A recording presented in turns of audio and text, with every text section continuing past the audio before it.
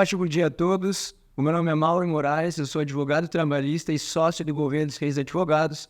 E hoje, em mais uma edição do GDRcast, uma edição, na verdade, bem mais especial, a gente traz um convidado, desembargador do Tribunal Regional do Trabalho de Santa Catarina. Então, eu passo a palavra aqui para o meu colega e sócio, Dr. Williams, para a autoapresentação e depois para o nosso convidado fazer sua autoapresentação. Em seguida, a gente vai fazer uma troca de ideias de um assunto tão comentado e que gera muitas dúvidas tanto nas empresas quanto nos trabalhadores, que é o home office e o teletrabalho no período pós-pandêmico. Então, muito obrigado, doutor Mauro. Muito obrigado, doutor desembargador César. É um prazer muito grande estar aqui com vocês para comentar, né, esse assunto que é tão novo aqui para nós que trabalhamos, né, com a justiça, com o judiciário, né, a respeito do direito do trabalho que chega nas nossas casas, né, no teletrabalho. Eu estou muito honrado, obrigado, doutor Mauro, obrigado, doutor desembargador César Passoldi Júnior, e é isso aí. Bom, obrigado pelo convite. Como já feita a breve apresentação, meu nome é César Luiz Passoldi Júnior, sou desembargador do Tribunal Regional do Trabalho da 12ª Região. Estou compondo hoje em dia a 3ª Câmara e Seção Especializada 1, para ganhar decisórias e dissídios coletivos. Eu sou egresso do 5º Profissional da Advocacia, advoguei quase 20 anos. E é um prazer estar aqui e espero poder colaborar para o debate. Assim, perfeito. A nossa ideia aqui, excelência, na verdade, a gente fazer uma troca de ideias. Então, se no meio de alguma pergunta, algum comentário, se não quiser nos interromper, por favor, faça isso para que a gente consiga fazer uma troca de ideias do modelo mais informal possível, para que possa chegar na casa de todo mundo a informação da forma mais clara e objetiva. Tá? Nós separamos aqui, então, algumas perguntas que são as mais repetidas, digamos assim, e que muitas delas, talvez a maioria, não tenham respostas objetivas, porque a gente está falando de uma modalidade de trabalho, que é o home office, o teletrabalho, no período pós-pandêmico, ou seja, nós não temos muitas novidades em relação às decisões judiciárias, acredito eu. Talvez o senhor possa nos esclarecer isso da melhor forma. A primeira questão, ela gira em torno de uma modificação que nós tivemos pós-pandemia, que é em relação ao teletrabalho. Não se sabia e muitas dúvidas surgem em relação a como fiscalizar o horário do teletrabalhador, justamente porque ele está em casa. Quando ele está na empresa, a gente sabe que vai ter uma ficha ponto, um controle de ponto, seja ele manual ou eletrônico, enfim. Mas em casa, a CLT ela fez uma alteração em que o teletrabalho ele pode ser por jornada de trabalho, por produção, por tarefa. Como é que o tribunal está vendo isso? O que está chegando no tribunal em relação ao teletrabalho e essas diferenciações das modalidades do teletrabalho? Está chegando pouquíssima coisa. Opinar sobre isso é mais fácil utilizando o que a gente já teve de jurisprudência no passado. Então, assim que foi feita a alteração na CLT, por questão do teletrabalho, a exceção do inciso 3º do artigo 62, ele veio de uma forma ampla demais. Tanto foi extremamente criticado, mas essencialmente se o empregador optasse por não controlar a jornada com o trabalho externo, e daí não se fala só home office, é trabalho externo, e o trabalho dele fosse feito por meios tecnológicos, é praticamente quase todo tipo de trabalho que envolva uma certa intelectualidade ou relação com o público, não haveria controle. Teve uma resistência opinativa a respeito disso, eu não cheguei a enfrentar isso judicialmente, e depois veio no ano passado, acho que é a Lei 14.442, que trouxe essa subdivisão, tarefa, a produção ou jornada, sendo que na jornada você teria o controle, tarefa ou produção, você não tem controle. Só que, claro, isso vai depender muito de como a coisa for implementada. Então, se você estabelece, para mim, me parece ser mais tranquilo de comprovar, de fazer a gestão, lembrando sempre que cada empregador vai ter sua realidade, cada empresa vai ter sua realidade. Muitas empresas migraram no início da pandemia 100% home office. Depois voltaram todos presenciais, agora está num ponto de equalização, o que dá para fazer home office, o que não dá. Então depende muito da realidade. Mas se você tem uma mensuração por produção, sem que haja uma demanda de presença ou de jornada efetiva, me parece ser o mais adequado. Só claro, se você tem uma produção que a pessoa tem que apresentar um resultado X a cada hora e relatório de hora, isso é um controle de jornada. Então, sem nenhuma ilusão, isso vai ser um controle de jornada. Então, porque a jurisprudência antes já considerava assim. E é muito difícil você ter a caracterização do trabalho externo de jornada incontrolável. O CCT21 que fala do trabalho externo, ele está morrendo, lenta e vagarosamente, mas ele está morrendo. Agora, essa do CCT23, a partir das alterações, se bem implementada, ou seja, efetivamente por produção, a periodicidade quinzenal da entrega do resultado, ou então que seja semanal da entrega do resultado, mas que não seja um controle de hora disfarçado, que é o termo que a jurisprudência usa, ele tem tudo para se tornar eficaz de acordo com a realidade de cada empresa. Tem atividades que, infelizmente, vai ser impossível. Você não tem como fazer uma mensuração objetiva da produção da pessoa trabalhando em casa. Daí não é uma ferramenta que vai ser possível de ser utilizada. Tá. Isso. Perfeito, Excelência. E agora uma outra questão que inclusive envolve, né, esse controle também de tarefas, as tarefas que vão ser realizadas dentro, né, da casa do trabalhador, né? Existe alguns julgados que já debatem um pouco a questão da responsabilidade pelos custos daqueles equipamentos, mas não somente isso. Alguns divergem um pouco na questão, por exemplo, da responsabilidade pela internet que aquele trabalhador utiliza. Como é que fica essa questão? Existe aquele trabalhador que ele tem a sua internet, uma internet boa em casa, mas ele não usa apenas para o trabalho, né? E, ao mesmo tempo, ele pode querer, numa reclamatória trabalhista, justamente juntar o que ele gasta com a sua internet, às vezes até superior do que seria necessário para realizar o seu trabalho, né? E junta isso como conteúdo probatório para pedir os danos materiais ali por precisar utilizar essa internet no trabalho. Como é que, mais ou menos, na sua opinião, fica isso? E como é que isso pode ser esclarecido de uma maneira mais clara, mais concisa? Uma questão que é parecida, se for para traçar um paralelo, o paralelo mais simples é a questão do uso de uniforme. Por quê? Como é que a jurisprudência debate a questão do uso do uniforme? Se é um uniforme que só serve para o trabalho, ou seja, você tem que usar a calça dessa cor, a blusa dessa cor, tem que ter o logo, tem que ter isso, tem que ter aquilo, só pode ser daquele jeito. A maioria da jurisprudência entende que o empregador tem que assumir esse custo independentemente do que for estabelecido no contrato de trabalho. Agora, se você tem uma exigência de tipo de vestimenta, que daí a gente pode chamar de tipo de vestimenta restritivo, ou seja, não pode sair, não pode negar, não pode isso, mas o resto pode, a jurisprudência já está entendendo. Ou então, o tipo de roupa que é exigida é uma roupa normal do uso diário, que qualquer cidadão médio vai ter, esse custo pode ser por parte do trabalhador. Aqui eu acho que a discussão vai nessa linha também, vai se discutir que tipo de insumo que a gente está debatendo. Então, a internet. Não é todo mundo que tem internet em casa, porque muita gente utiliza o celular. Vai utilizar o barulho do celular, vai utilizar, às vezes, um Wi-Fi público com uso corriqueiro em casa mesmo, e você precisa de uma internet mediana em casa. Essa é uma discussão que, pela solução legislativa, isso é pactuado, né? Isso vai ser pactuado por quê? Porque se entende, a premissa básica disso é que trabalhar em casa é uma coisa boa para o empregado. Em tese, isso no serviço público, antigamente, isso era muito comum. Quando se começou a discutir serviço público, no serviço público, eu não tenho detalhes agora, não vou lembrar dos detalhes, mas me chamou muita atenção, pré-reforma trabalhista, quando eu fui estudar sobre isso, alguns órgãos públicos, a pessoa, para trabalhar em casa, tinha que apresentar uma produtividade 20% maior do que se trabalhasse presencialmente, porque é um benefício. Então, pagaria pelo benefício. Então, esse é o fundamento lógico por trás da possibilidade de custo por parte do trabalhador do trabalho em casa. Só que a lei prevê que isso seja pactuado. Então, para você, o melhor modo de você evitar essa discussão, que é um bom modo, ou minimizar a discussão, porque evitar a discussão não tem como, mas um bom modo também de minimizar a discussão da pergunta anterior, o que seria mais eficiente, como é que funcionaria, como é que não funcionaria, é ver a negociação coletiva. Então, hoje, você tem um ferramental negocial, você tem uma força negocial reconhecida, porque essa força sempre existiu, que o que o STF fez foi aplicar a Constituição. Tanto que não tem marco pré-trabalhista, pré-reforma, pós-reforma, não tem marco. Pelo menos no julgado do STF isso não está claro. O acordo é gigante, mas não há um marco estabelecido ali. Então, se você trabalha pela via de negociação coletiva, você realmente consegue chegar num ponto de equilíbrio. Eu já vi negociações coletivas discutindo, inclusive, o percentual de trabalhadores que poderia se candidatar ao home office, entendido como um benefício efetivo. Assim como eu também já vi negociações coletivas dizendo que o aditivo ao contrato de trabalho para regulamentar o home office teria que ter, no mínimo, essas disposições, teria que ser carimbado pelo sindicato, para não utilizar a expressão homologada. Isso tudo visa trazer mais segurança para esse tipo de relação e compreensão. E tem muitas situações que elas são um benefício ilusório, então nem toda mãe com filho quer trabalhar em casa, porque às vezes com o filho em casa é impossível trabalhar.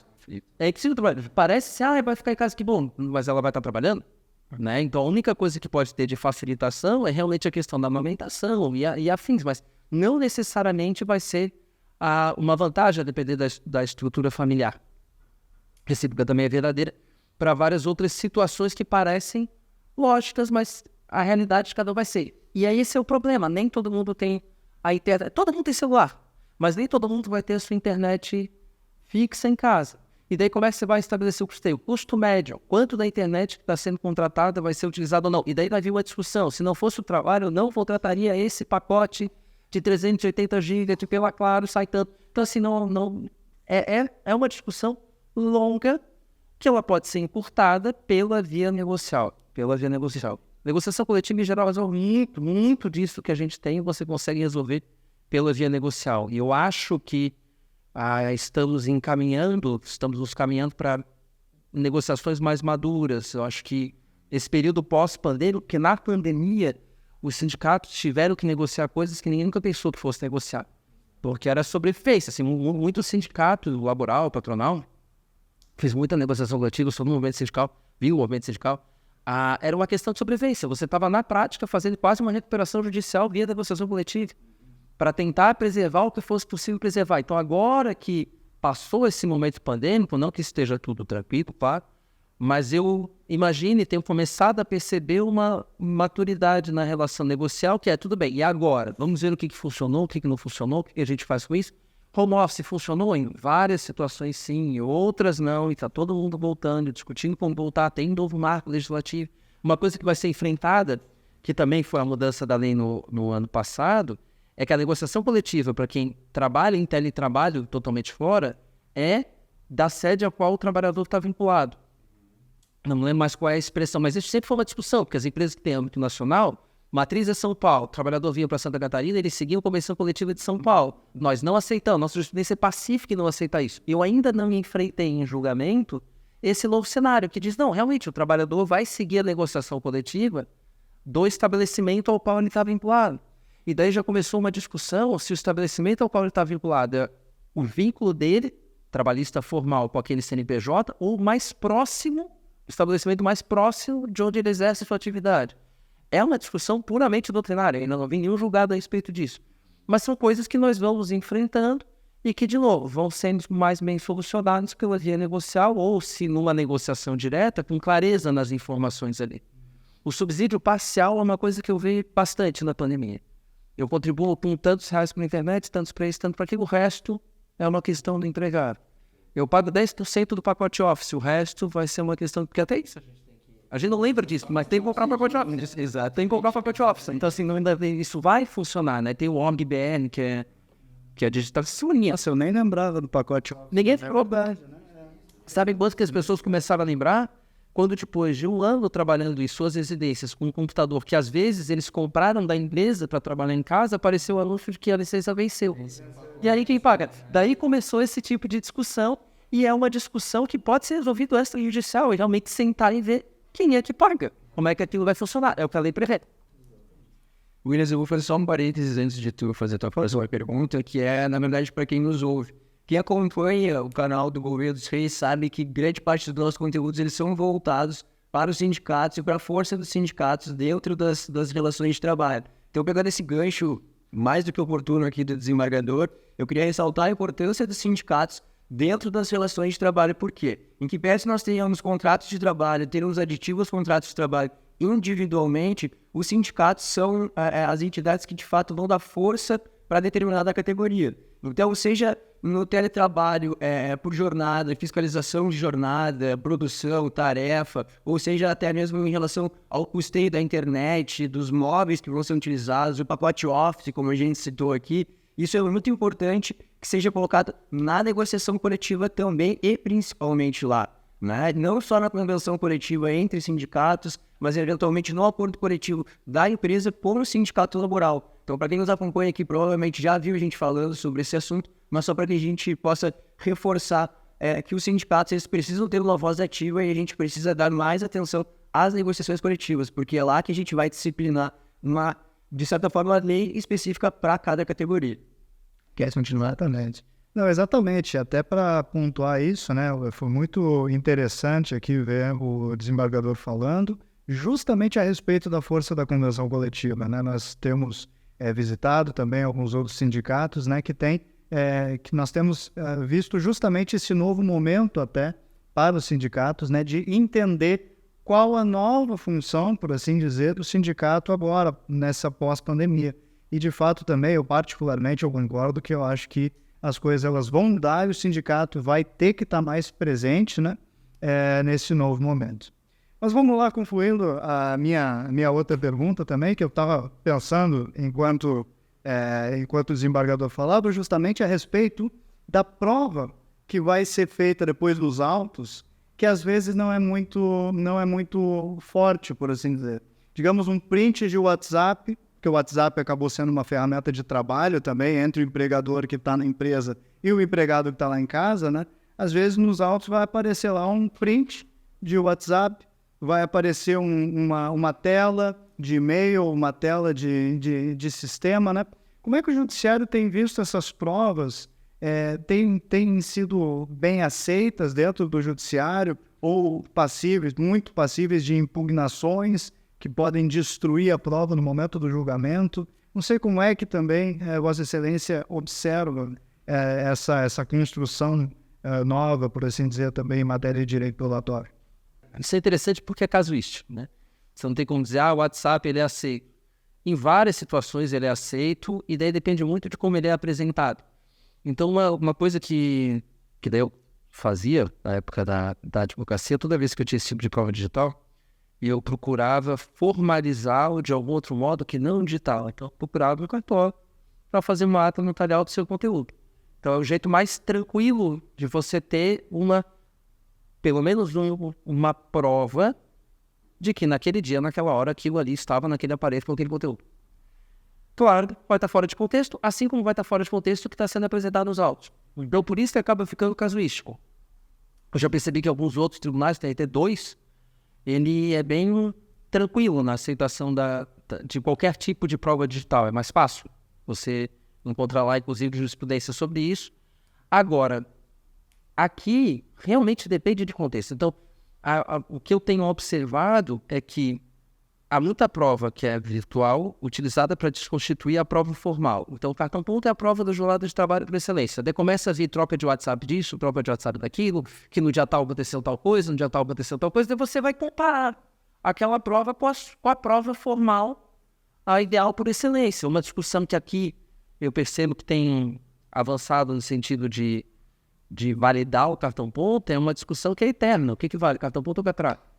Não sei o que vale cartão ponto, porque ele é a prova formal de jornada de trabalho por excelência. Às vezes a catraca vai servir para desconstituir o cartão ponto, porque ela vai mostrar uma realidade impossível, mas não que o catraca vai ser considerado um substituto do ponto. Eu acho que para essa questão da prova virtual vai mais ou menos nesse sentido. Então você vai ter registro de ligação no final de semana para caracterizar que o repouso semanal remunerado foi interrompido. Mas você não vai saber o conteúdo daquela ligação.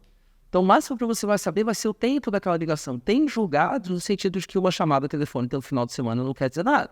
Mas se você pega a doutrina do desembargador Souto Maior, do direito à desconexão, ele é extremamente radical. Não pode nem dar bom dia no final de semana, que já pode ser atribuído a uma lembrança, enfim, a uma... Estou exagerando aqui, claro, mas é mais ou menos nesse sentido. O empregador fazer contato com o empregado no final de semana já seria um indicativo suficiente para descaracterizar aquele repouso. Então depende muito do contexto e da causalidade. Mas há modos de você tornar aquela prova virtual mais sólida. Essa questão da ata notarial é uma coisa. Uma prova virtual que seja corroborada por uma prova testemunhal. Ou uma prova virtual que mais bem contextualizada, às vezes vem realmente para a gente. A prova que for juntada é um print de metade de um trecho da conversa. É muito difícil você dar validade para aquilo considerando o resto. É muito frágil. É frágil. Outras coisas como a prova documental, uma prova testemunhal. Exatamente. Uma coisa que traga uma responsabilidade também, porque muitas das assertivas feitas em WhatsApp não trazem exatamente uma responsabilidade para os interlocutores. O que quer dizer com isso? Não vai ser falsidade ideológica se a pessoa mentir na verdade. Porque não é um documento formal e coisa e tal. Agora, se ele mente numa declaração de recibo de entrega de EPI, você já tem uma outra implicância nas outras esferas. A gente fala muito da relação de trabalho, mas a gente esquece do reflexo que isso tem para as outras justiças e para os outros atores. Então, Um fiscal do trabalho pode estar pouco se lixando do que aconteceu numa conversa de WhatsApp. Se ele chega no cartão ponto e o cartão ponto marcou 14 horas de trabalho, não adianta o empregador dizer, não. Ele acabou voltando para pegar o carro, bateu o ponto na saída, está aqui o WhatsApp para provar. Esquece! Porque a gente fala assim, a prova parece que às vezes é só em favor do empregado. Não, às vezes aquela prova pode ser em favor do empregador, mas esquece, o gestor fiscal do trabalho vai autuar com base no cartão ponto e depois judicialmente ou administrativamente é que vai se discutir e administrativamente eu apostaria que vai ser validado o cartão ponto. Não sei se a recíproca seria verdadeira, a depender do que vem no WhatsApp. Por isso que é casuístico, por isso que acaba sendo casuístico. E é um problema que vai ter que ser enfrentado. Eu não vejo uma reforma legislativa regulamentando esse problema. Eu não vejo, porque está avançando tanto, é tão rápido o WhatsApp. Ninguém pensou no WhatsApp como uma ferramenta de comunicação. E a gente já usa há muito tempo. E agora ele virou uma coisa... Eu tive uma questão processual, foi juntado um atestado e a alegação é de que a data do atestado estava errada em 2 anos. E o médico emissor do atestado errou a data do atestado em 2 anos, e na verdade aquilo teria acontecido em uma data X. Eu fiquei pensando em ver só aquilo, e não houve uma comprovação disso. Veio a alegação sem a comprovação. Faria sentido? Fazia sentido. Sentido faz, mas não havia uma prova para corroborar um documento formal. Se tivesse tido um agendamento de consulta por WhatsApp na secretaria, que foi na época da pandemia, já seria uma prova que poderia corroborar, por exemplo, mas não veio. Não veio nada decidido, eu estou amarrado com o que tenho. A prova digital, no das contas, ela acaba sendo, pelo menos hoje, mais frágil do que um outro seja de prova mais, vamos colocar como conservador ou mais sólido, documental. É diferente da regulamentação do ponto eletrônico. Porque primeiro surgiu o ponto eletrônico e depois veio a sua regulamentação. Eu não vejo, a gente nunca teve uma regulamentação de conversa telefônica. Porque teria agora... Não vai acontecer, não vejo isso acontecendo formalmente pelo WhatsApp com prova processual. Ponto eletrônico está bem regulado. Saiu a 1510 e agora que veio substituir, 601 eu acho. Ela, embora não exija que você compre um aparelho credenciado, todos os requisitos ali tecnológicos se fazem presentes. Muito parecido com o que a 373 também chama. Então, e que também é outra coisa. A reforma trabalhista trouxe a regulamentação do ponto pela negociação coletiva. Então, a reforma, uma negociação coletiva vai poder regulamentar o valor probante de uma conversa de WhatsApp? Eu entendo que não. Isso é uma questão processual. Mas sabe, ele é muito facilmente adulterado. Claro, mas ele pode trazer uma regulamentação do seu uso comportamental. Por exemplo, você pode ter uma previsão de norma interna, uma orientação de norma interna para que todos os profissionais, ao final da sua jornada de trabalho, coloquem o grupo no silencioso e não olhem mais. Já um indício por parte do empregador de que ele não pretende utilizar no final de semana. E é o que eu digo, se um empregado faz uma pergunta para o seu empregador no domingo, o empregador responda na segunda, porque ele não é horário de trabalho, o empregado também não deveria estar trabalhando. Assim como o empregador pode esperar segunda-feira de manhã para encaminhar uma pergunta, nem que seja por e-mail, porque às vezes manda no domingo para não esquecer. Está mandando no domingo. Então são pequenos hábitos, é cultural, são pequenos hábitos que eu acho que vão diminuindo discussões futuras judiciais, pequenos comportamentos que eu acho que facilitam isso. Fugir um pouco da resposta, mas é que eu acho que está dentro da pergunta original, né? Mas eu acho que está dentro dessa questão. A prova digital, a conversa, o mundo digital gera problemas, gera soluções, mas também gera problemas. Eu acho que parte desses problemas pode ser mitigado com o esforço cultural.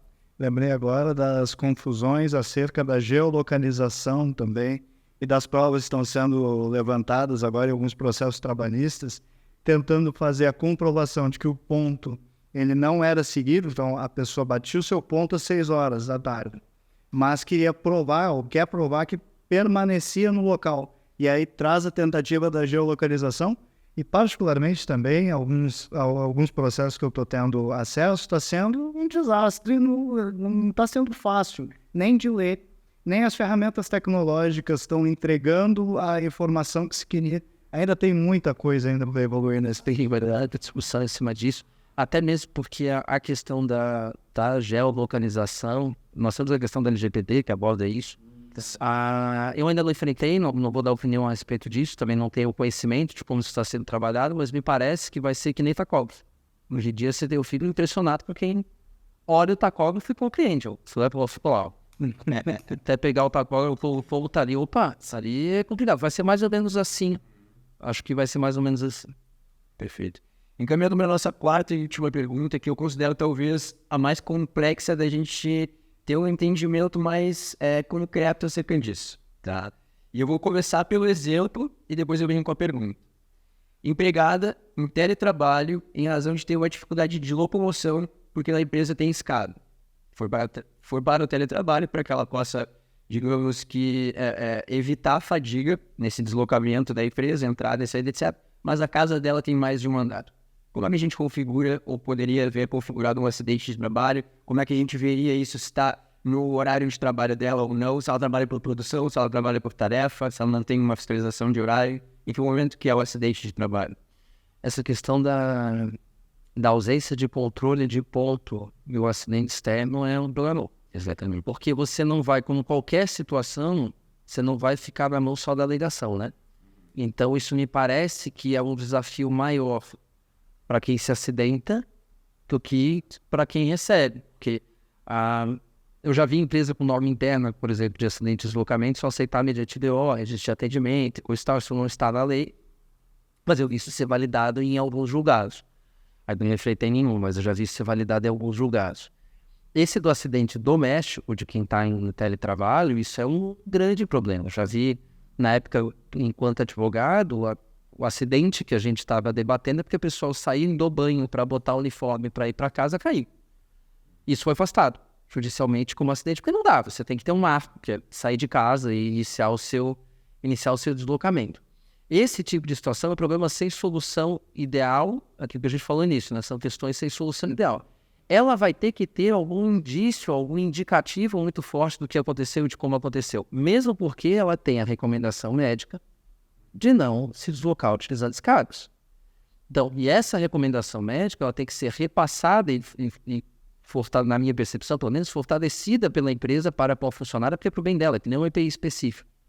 Ela não pode deixar de usar. Então, se ela vai para casa porque não pode deslocar ali, a estrutura de trabalho dela em casa presume que seja no local onde não tem escada.